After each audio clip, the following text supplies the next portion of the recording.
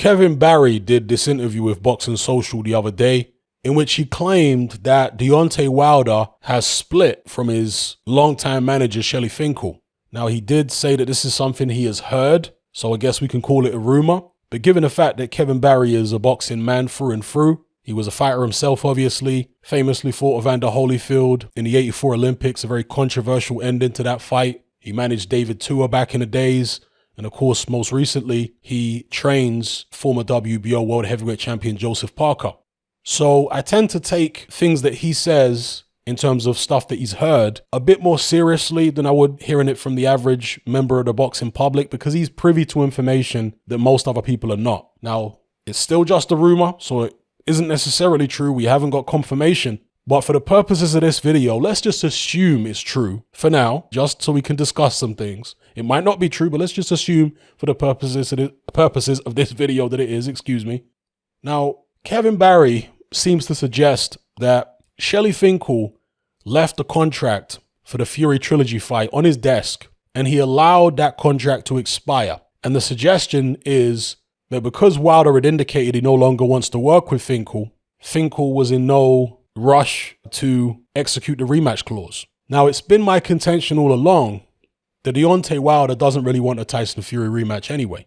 Tyson Fury was calling him out for the rematch for months, and Deontay was as quiet as a church mouse. It's only once Tyson Fury came out and said, okay, I'm moving on, Deontay Wilder's messing about, that's when Wilder pipes up, comes out of hiding. And remember, this is very out of character for Deontay Wilder. This is a guy who was always on social media, who was always mouthing off. But after that Fury rematch, he disappeared. So very, very out of character for him to do that, and only pops back up when he finds out that Fury's moving on. So it's my contention that he never really wanted the trilogy fight anyway. He can act like he wants to fight Fury and all this kind of business, but I think he's just saving face. I think the people who really wanted the trilogy fight were the likes of Shelly Finkel, JD's, Al Heyman, and so on. Because they're looking at Deontay Wilder at this point, and they're thinking, there's not much economic mileage left in this guy. He just got absolutely destroyed by Tyson Fury. The Tyson Fury fight might be the last decent payday we can get out of him. So we need to move forward and make that fight now. We need to execute that rematch clause immediately. I sincerely hope that Deontay Wilder doesn't have any legal issues with the likes of Shelly Finkel or anybody else in his team moving forward. Because I do want to see Deontay Wilder back in the ring. Deontay Wilder, despite the fact that he held the WBC belt hostage, he ducked his mandatory, he ducked unifications, we know all the nonsense that Deontay Wilder got up to.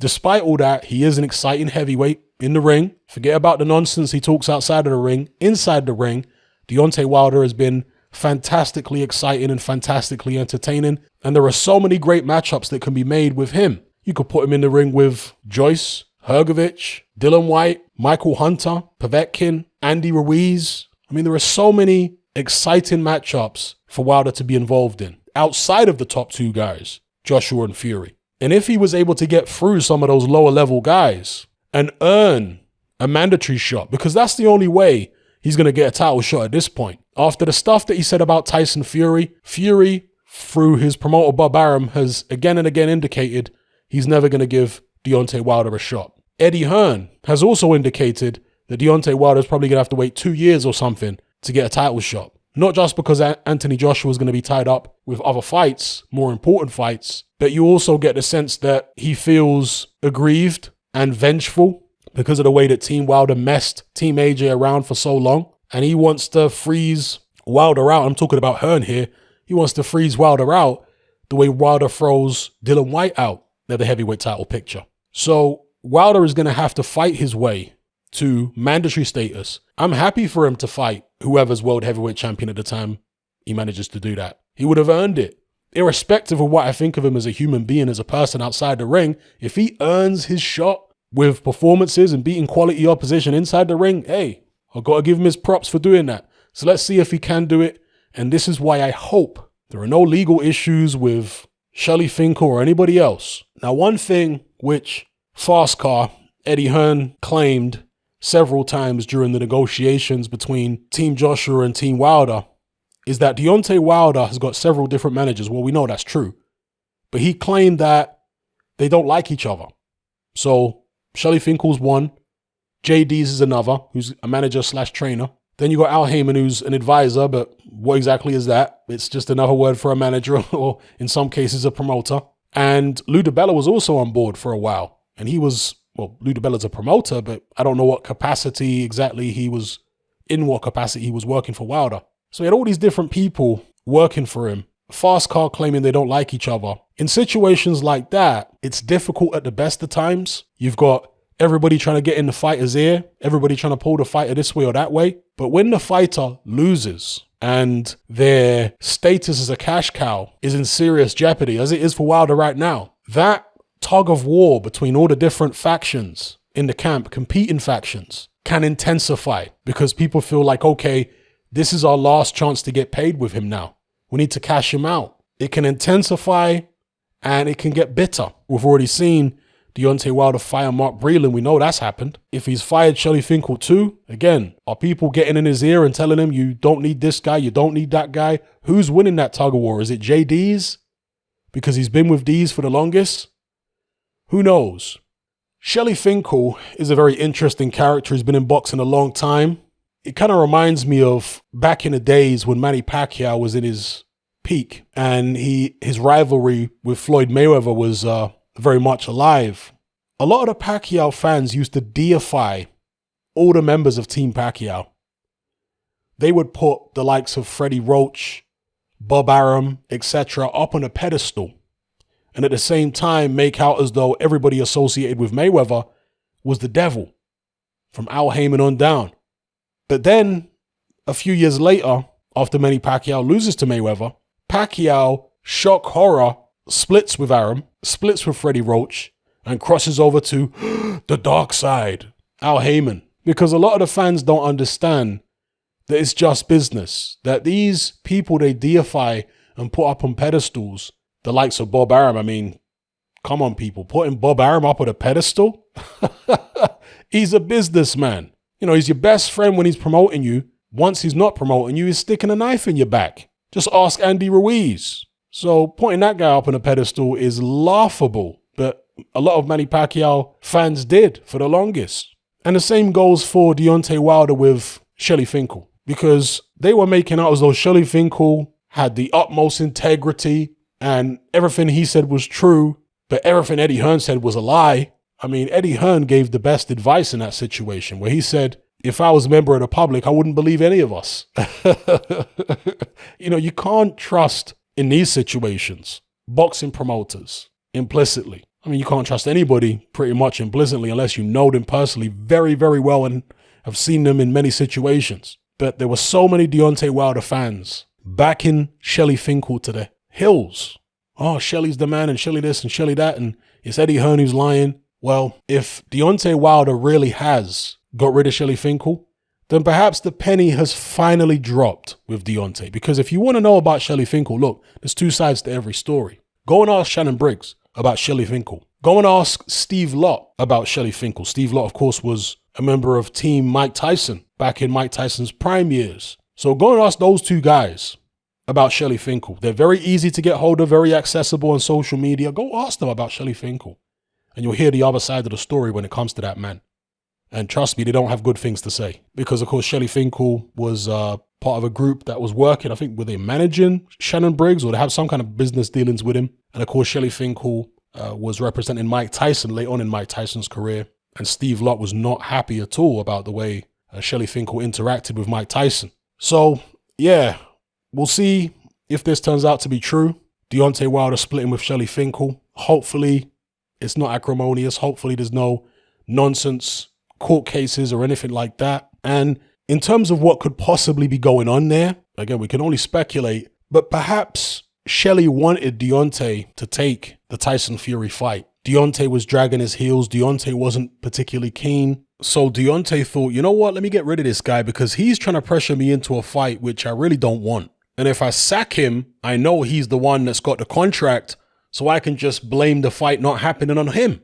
I can say, oh, well, Shelly didn't sort it out and this, that, and the other. It gives him plausible deniability for not going ahead with the Fury Trilogy fight. Or maybe it was a situation where they were both thinking, okay, we'll try and go ahead with the fight, but Deontay, you're going to have to give me some kind of financial guarantees. Because this is, again, what can happen when one of these managers promoters and so on, money men in boxing, no longer see financial mileage in you, they cash you out a lot of the time. That's what happens. They cash you out, try and make whatever they can from you, like one last roll of the dice. And if you won't play ball, if you won't guarantee them some money or the kind of percentage that they want out of that situation, they can sometimes make things difficult for you. You know, when a cash cow is making money, when he's on top, when he's unbeaten, generally, everybody's all smiles in the team. There might be beefs and stuff like that behind the scenes, but because everybody's getting paid, they can kind of paper over those cracks.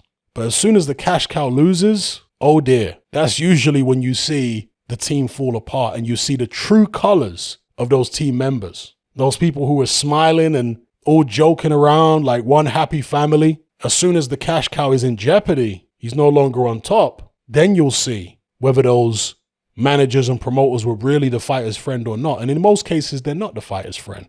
They may be affable and all this kind of stuff, but at the end of the day, they wouldn't be spending so much time with you if you weren't making money with them. Okay? People who are genuinely your friend, they don't care about whether you're making money with them, whether you can benefit them financially. They don't care. They like you for the person you are and they just enjoy your company. That is not boxing managers and boxing promoters for the most part. It's a professional relationship. I know sometimes managers and promoters can be quite manipulative with the fighters and make them feel like it's more than just business. But more often than not, it's not more than business. Okay, friendships can form through business, don't get it twisted. But you have to bear in mind that, you know, the primary reason this person is in your life is because you can make them money. That's the primary reason. Never let that leave your mind. And yeah, with Deontay and Shelly and his team, not such a happy family now, huh? The illusion has been shattered, it would seem. And I just hope Deontay has secured his money. I hope he's been sensible with it. I know he's not the brightest guy, but hopefully he's got some people in his team that care. I mean, they fired Mark Breland. That wasn't a good move. But I hope there are others in his team that care enough to ensure that he's secured himself financially, has done the right things with his money. And if it does all go pear-shaped, and maybe if he doesn't even fight again, because we don't know what's going on with Deontay right now. There's been rumors of Charles Martin and rumors of this and rumors of that, but nothing official has come out. So even let's say he doesn't fight again, hopefully he secured himself financially, so that wouldn't necessarily be a problem. But let me know what you guys think in the comments below. Do you think that there's any truth to this rumor that Deontay Wilder is split from Shelly Finkel? Do you think that the penny finally dropped with Wilder? Because seriously, people, turning down that DAZN deal, even though ultimately, you know, nothing may have come of that deal because of the fact that AJ lost shortly after he was offered that. But just the fact that he turned something like that down was just, honestly, one of the most absurd things I've seen in boxing. What an unbelievable deal for Deontay. And by the way, from what I read online and, you know, various boxing websites, I think Boxing Scene and stuff like that, if memory serves me right, it was Shelly Finkel who advised, at the last minute, advised Deontay not to take the deal. Shelly Finkel. And Deontay, again, not being the brightest guy, he bought what Shelly was saying. Because apparently he was really enthused and he wanted to take the deal, but then Shelly Finkel said, oh, no, they're not doing this and they're not telling us about that and blah, blah, blah. And that stopped him from taking the deal. That right there should have shown Deontay that Shelly wasn't necessarily working in his best interest, but was in fact working maybe in somebody else's best interest, or in his own best interest. Maybe he was looking at a long-term plan. In fact, that's kind of what Deontay kept indicating. And you know, these are not Deontay's own thoughts. These are the thoughts of somebody else in the background, like a Shelly Finkel or an Al Heyman. Deontay's not smart enough to think like that for himself. So when he was saying, oh, it's a long-term deal and, you know, we're looking for something more long-term. And in terms of more long-term, I'm not talking about signing a long-term contract. I mean, in long-term as in a long-term plan, okay? This is what he kept coming out with. And if you remember, after he turned down the DAZN deal, he was saying, the fans need to be patient. The fight between me and Joshua will happen. We just need to make things right. We need it to be right. Again, this is not the kind of stuff that Deontay would come out with by himself. This is the Finkels and the Heymans have put all this stuff in his head. Think about it, people. He turned down, by his own admission, a better offer to fight for the undisputed title against Anthony Joshua. He turned that down in order to face Tyson Fury. who was coming off a long layoff, who hadn't fought anybody with a pulse in several years, who'd been battling drink and drug problems, who had lost an enormous amount of weight and was weight weakened. That's the guy he chose to fight for less money, who had no titles, instead of taking on Anthony Joshua for the undisputed for a lot more money. Why would they do that? Why would Deontay choose that path? As far as I'm concerned, it's very simple. He fought with Tyson Fury, was washed up. He thought he was done. He thought he was physically shot, mentally shot. And that's why him, Finkel, maybe not even Deontay, I don't know, maybe Finkel and Heyman pitched it to Deontay. But that team certainly thought that Fury was easy pickings. So they thought, okay, let's go to the Fury fight. Let's smash Fury to pieces. And then we can say, we're lineal. We beat the guy who had all the belts and he didn't lose them in the ring. Then we can go back to Anthony Joshua and say, we want a hell of a lot more money than you were offering us before. You see, I think this is what their plan was. And obviously, it backfired in spectacular fashion. And it would have been better off for Deontay if he'd taken the AJ fight before fighting Fury. That would have been the better thing to do when you look back in retrospect, especially since we found out how vulnerable Anthony Joshua is. You see, sometimes you can you outsmart yourself, which is what Al Heyman and Shelly Finkel seemingly did with the decisions they made with Deontay Wilder's career. So let's see what happens. But let me know what you guys think in the comments below about everything I've talked about in this video. I'm out. Come and join me on Patreon and access my weekly no-holds-barred, censorship-free podcast where we lift the lid on a wide range of controversial topics. It's not mainstream friendly, it's not politically correct, but that's the whole point. We dare to stand as a beacon of reason against an army of insanity. Just head on over to my Patreon page and select the tier called Hatman Hot Topics.